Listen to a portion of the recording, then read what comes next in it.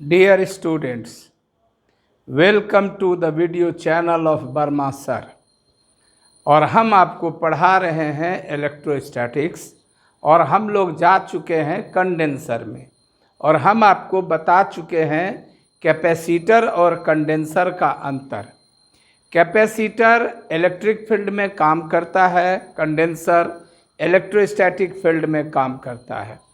Electrostatic field में काम करने वाले कंडेंसर की बनावट क्या होती है, क्या है इसका क्रिया सिद्धांत, ये कैसे काम करता है, आइए इस पर फोकस करते हैं और फिर पढ़ते हैं। पैरेलल प्लेट कंडेंसर क्या है, स्फेरिकल कंडेंसर क्या है, सिलिंड्रिकल कंडेंसर क्या है, कंडेंसर का ग्रुपिंग कैसे करते हैं, ये सारी बातें इस चैप्टर में है। माय डियर स्टूडेंट्स, मेरा पिछला वीडियो अगर आप याद करें तो हमारे पास एक प्लेट था विद्यार्थी। इस प्लेट को हमने चार्ज किया, चाहे जिस प्रकार से हम चार्ज करें।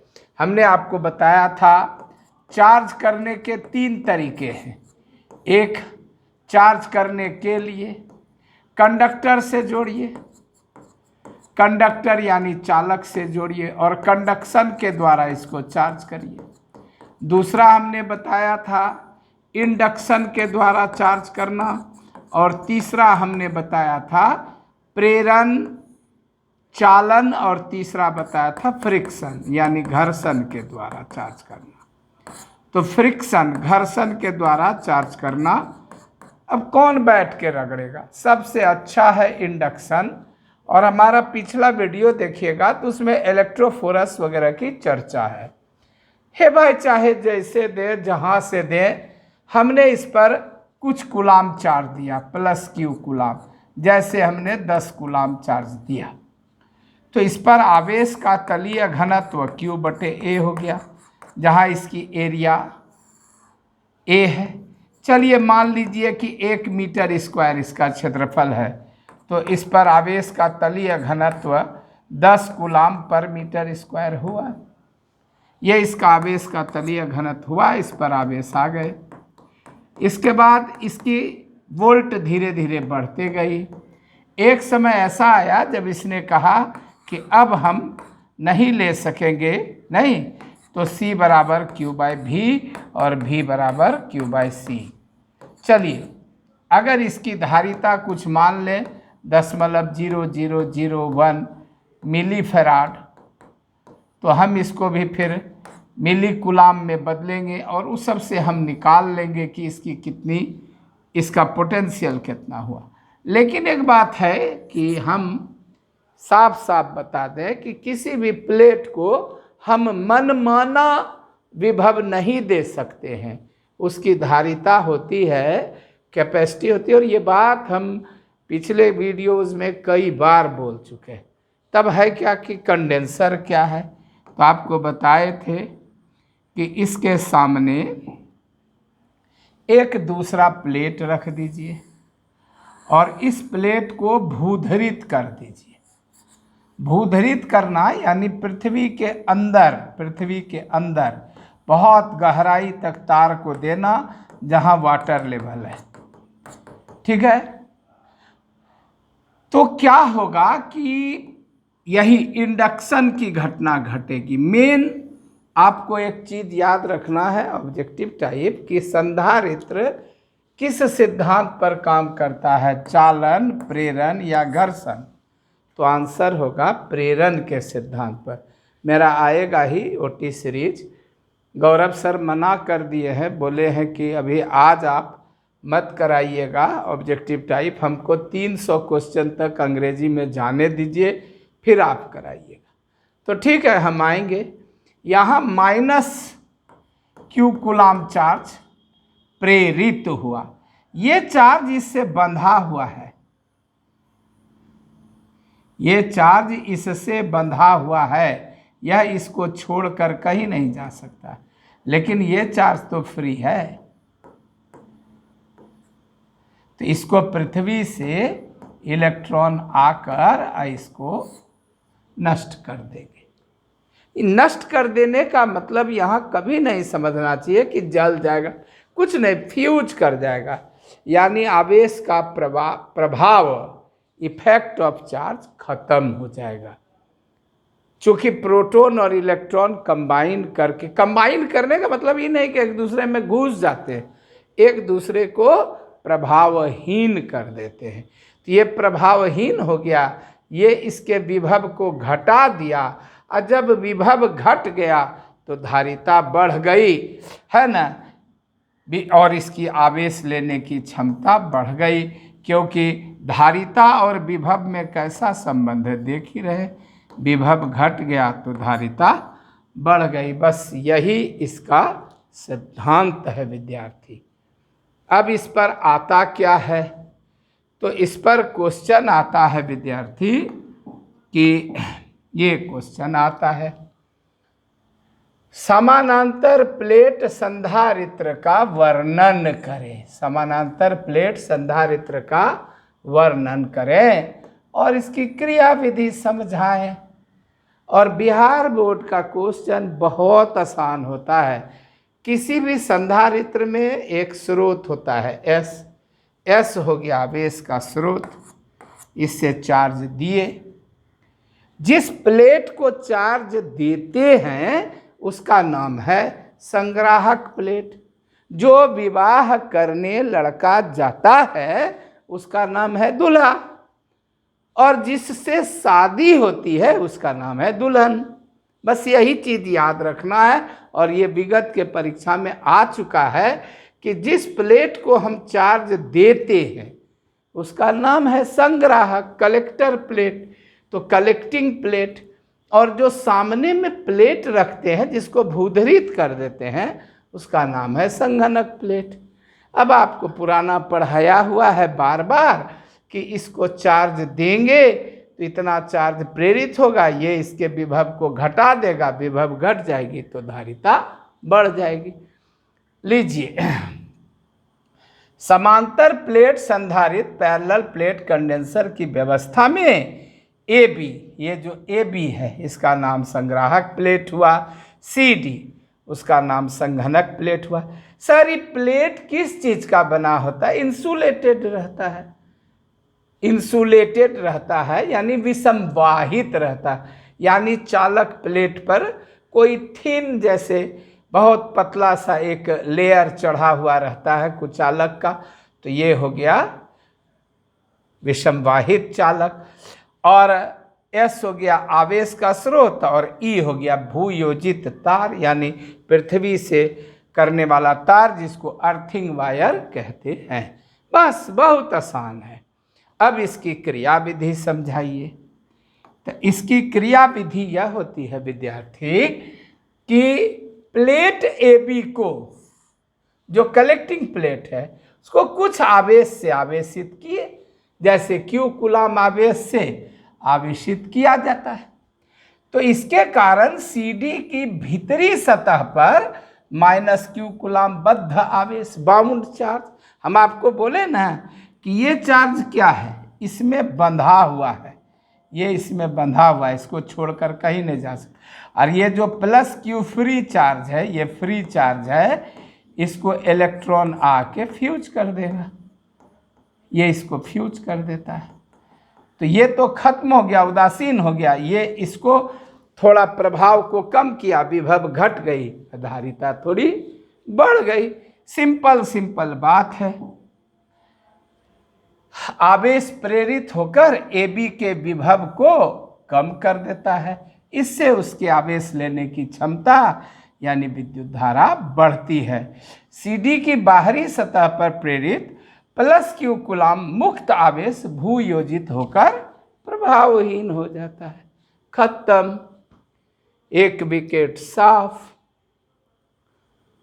अब अगर यह क्वेश्चन आता है, कौन सा? ये वाला, समांतर प्लेट संधारित्र की धारिता ज्ञात करें। ये क्वेश्चन अगर आता है, समांतर प्लेट संधारित्र की धारिता ज्ञात करें, तो आइए इसको हम पहले आपको रफ में समझाते हैं। देखिए, रफ में इसको समझिए, इसको रफ में समझिए।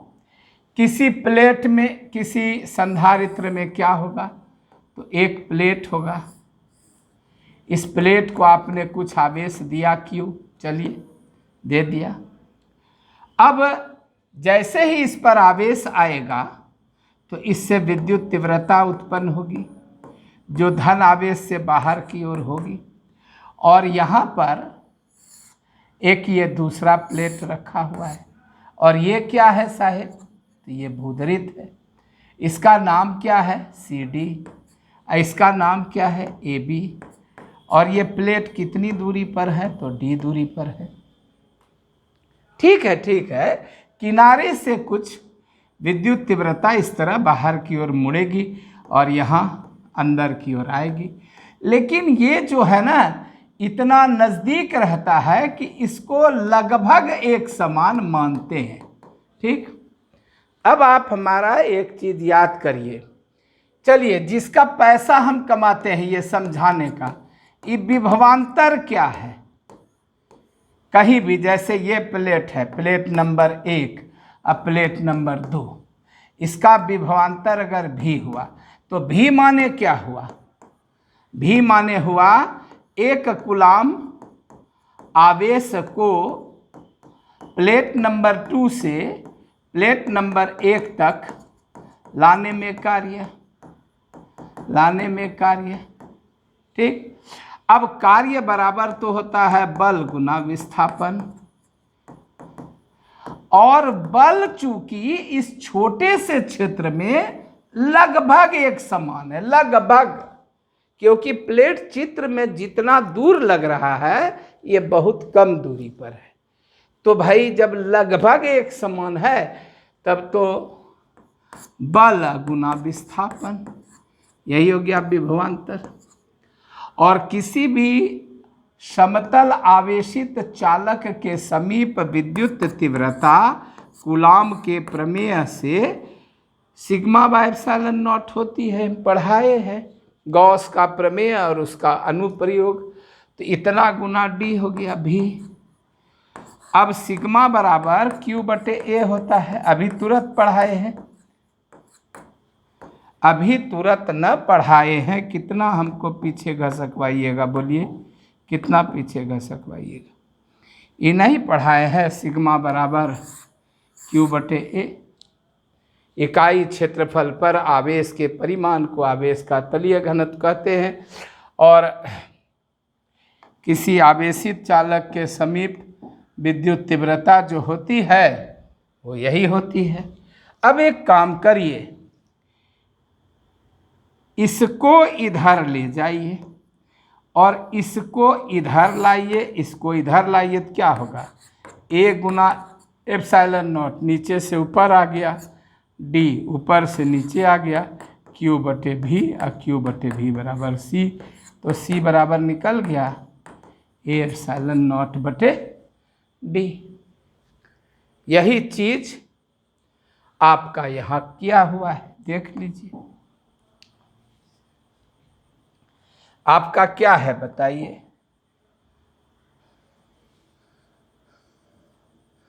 समांतर प्लेट संधारित्र या वायु संधारित्र की धारिता निकाले। यही ना क्वेश्चन है कि समांतर प्लेट संधारित्र की धारिता निकाले, यही ना है। वायु संधारित्र, एयर कंडेंसर का मतलब होता है कि प्लेट के बीच में क्या भरा हुआ है, हवा भरा हुआ है या निर्वात है, इसी को कहते हैं। तो एक समांतर प्लेट संधारित्र पर विचार करते, ABCD से बना है, अभी तुरंत आप पढ़े हैं। इनके बीच विद्युत तीव्रता लगभग समान है। प्रत्येक प्लेट AB या CD का क्षेत्रफल A वर्ग इकाई है और उनके बीच की अल्प दूरी D में हवा भरी हुई है या निर्वात है। हवा है या नहीं तो निर्वात है। ठीक है, संग्राहक प्लेट AB को, ये जो संग्राहक प्लेट है, इस प्लेट AB को कुछ आवेश दिए तो उस पर आवेश का तलीय घनत्व तो सिग्मा बराबर Q बटे A हो गया। AB तथा CD के बीच अल्प दूरी में, AB और CD के बीच ये जो अल्प क्षेत्र है उसमें विद्युत तीव्रता लगभग समान मानी जा सकती है। अतः प्लेटों का विभवांतर अभी तुरंत पढ़ाए रफ में V बराबर E गुना D, और E बराबर होता है sigma by epsilon not Guna D। जो लोग जूम पर मेरा क्लास कर रहे हैं, पिछले 2-3 दिनों से हम जूम पर 10 बजे जो मेरा समय था उस समय पर आ रहे हैं, आप नहीं जुड़ पा रहे हैं जूम पर, तो ये आपकी गलती है। जितने मेरे बच्चे हैं, मेरे स्टूडेंट्स हैं, सब जुड़ जाएं, बाहरी भी बच्चे जुड़ जाएं, कोई दिक्कत नहीं है। आप जुड़कर वहाँ भी मुझे पढ़ाते हुए देखें, तो हमने वहाँ भी पढ़ाया है। अब E बराबर सिग्मा बाय एप्सिलॉन नॉट होता है कहाँ से? तो कूलाम के प्रमेय से, गॉस का थ्योरम वाला मेरा वीडियो देखिए। अब सिग्मा का मान रख दीजिए और सॉल्व कर दीजिए, तो निकल गया ना C बराबर एप्सिलॉन नॉट इंटू A बटे D। यही ना पिछला बोर्ड पर भी पढ़ाए हैं, C बराबर एप्सिलॉन नॉट A बटे D। क्लियर? तो आइए आप इसका स्क्रीनशॉट ले लीजिए, इसका स्क्रीनशॉट ले लीजिए, छोटा है स्क्रीनशॉट ले लीजिए, बीच में बड़ा हुआ पॉज करके देख लीजिएगा, वीडियो अपलोड होगा तो। क्लियर? आइए हम लोग आगे बढ़ें। यहाँ कहता है कि आपका एक क्षेत्रफल वाला समांतर प्लेट संधारित्र है, उसकी धारिता ज्ञात करें, जबकि उसके प्लेट के बीच में हवा नहीं है, पूरा कुचालक से ये पूरा भरा हुआ है, कुचालक से, और इस कुचालक की विद्युतशीलता कितनी है? एप्सिलॉन R है। तो देखिए, जो अभी इसके जस्ट पहले यहाँ पर तो हवा थी, तो जब हवा थी तब E बराबर सिग्मा बाय एप्सिलॉन नॉट हुआ, क्योंकि एप्सिलॉन R का मान 1 था। हवा में एप्सिलॉन R का मान क्या होता है? 1 होता है। यही ना है कूलाम का प्रमेय, कूलाम का प्रमेय याद पढ़ा देते हैं। इस तरह का एक कूलाम का प्रमेय पढ़ाए थे, याद करिए, याद करिए। इस तरह से बेलन बना के इस तरह से पढ़ाए थे, इस पर चार्ज दिए थे, plus plus plus plus plus charge दिए थे और पढ़ाए थे ये वाला फार्मूला। इसको आप रफ में गॉस थ्योरम वाला मेरा वीडियो देखिएगा, समझ में आएगा। तो जब हमारा इसमें बीच में हवा था तब तो सिग्मा बाय एप्सिलॉन नॉट था। अब हवा के जगह कोई कुचालक माध्यम आ गया, तो sigma by epsilon not into epsilon R हो गया। तो यहाँ पर ई डैश का मान sigma by epsilon not epsilon R हो गया। बस बाकी सब वही है, ये निकल गया। इसलिए पिछला फार्मूला में एप्सिलॉन R है लेकिन छिपा हुआ है, क्योंकि उसका मान 1 है, और यहाँ एप्सिलॉन R है। अब आप जरा सा खेलिए, थोड़ा सा खेलिए। बोलता है कि हवा वाला जो संधारित्र है उसकी धारिता किस पर डिपेंड करती है? तो इस समीकरण को देखिए, अगर आप इसको स्थिर रखिएगा, इसको नहीं बदलिएगा, D को स्थिर रखिएगा, तो क्या होगा? एप्सिलॉन नॉट तो स्थिर है, तो प्लेट का क्षेत्रफल जितना बड़ा करिएगा धारिता उतनी बढ़ेगी।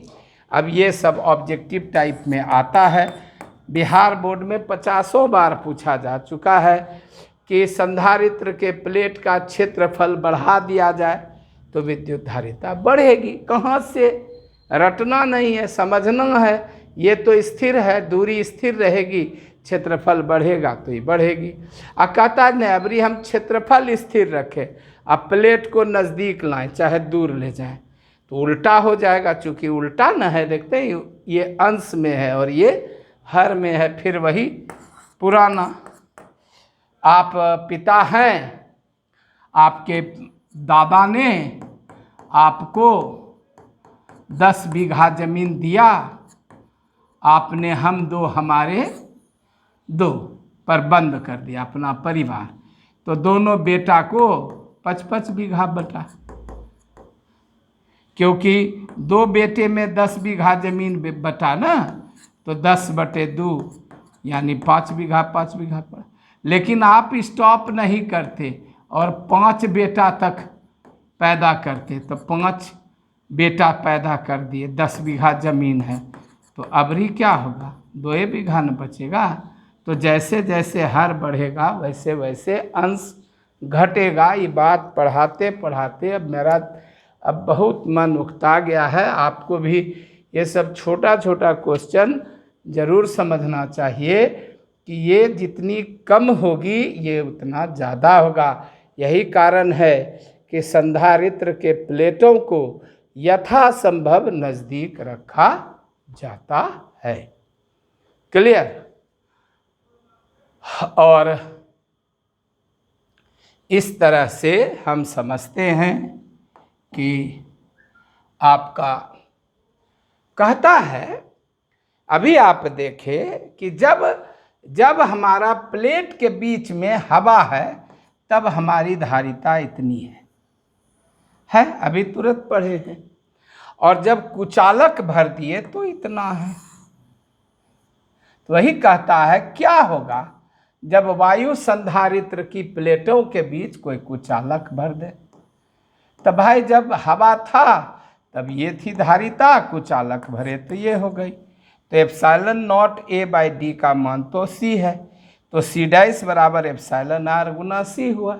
और आपको हम पढ़ाए हैं अबरख की आपेक्षिक विद्युतशीलता 6 होती है, पानी की 81 होती है, अलग अलग चीज़, यानी किसी का भी 1 से बड़ा होता है। तो इसका मतलब है कुचालक भर देने से विद्युत धारिता क्या होगी, बढ़ जाएगी। ये भी ऑब्जेक्टिव टाइप क्वेश्चन है कि प्लेटों के बीच कुचालक भर दें तो विद्युत धारिता क्या होगी, बढ़ेगी घटेगी, वही रहेगी, तो बढ़ जाएगी। प्लेट को सटा दें, बढ़ जाएगी, हटा दें, घट जाएगी। प्लेट का क्षेत्रफल बढ़ा दें, बढ़ जाएगी, घटा दें, घट जाएगी। ये 6-7 क्वेश्चन परीक्षा में खूब पूछे जाते हैं। क्लियर? चलिए आज का वीडियो प्रोग्राम समाप्त। फिर मिलते हैं अगले कक्षा में। Thank you very much.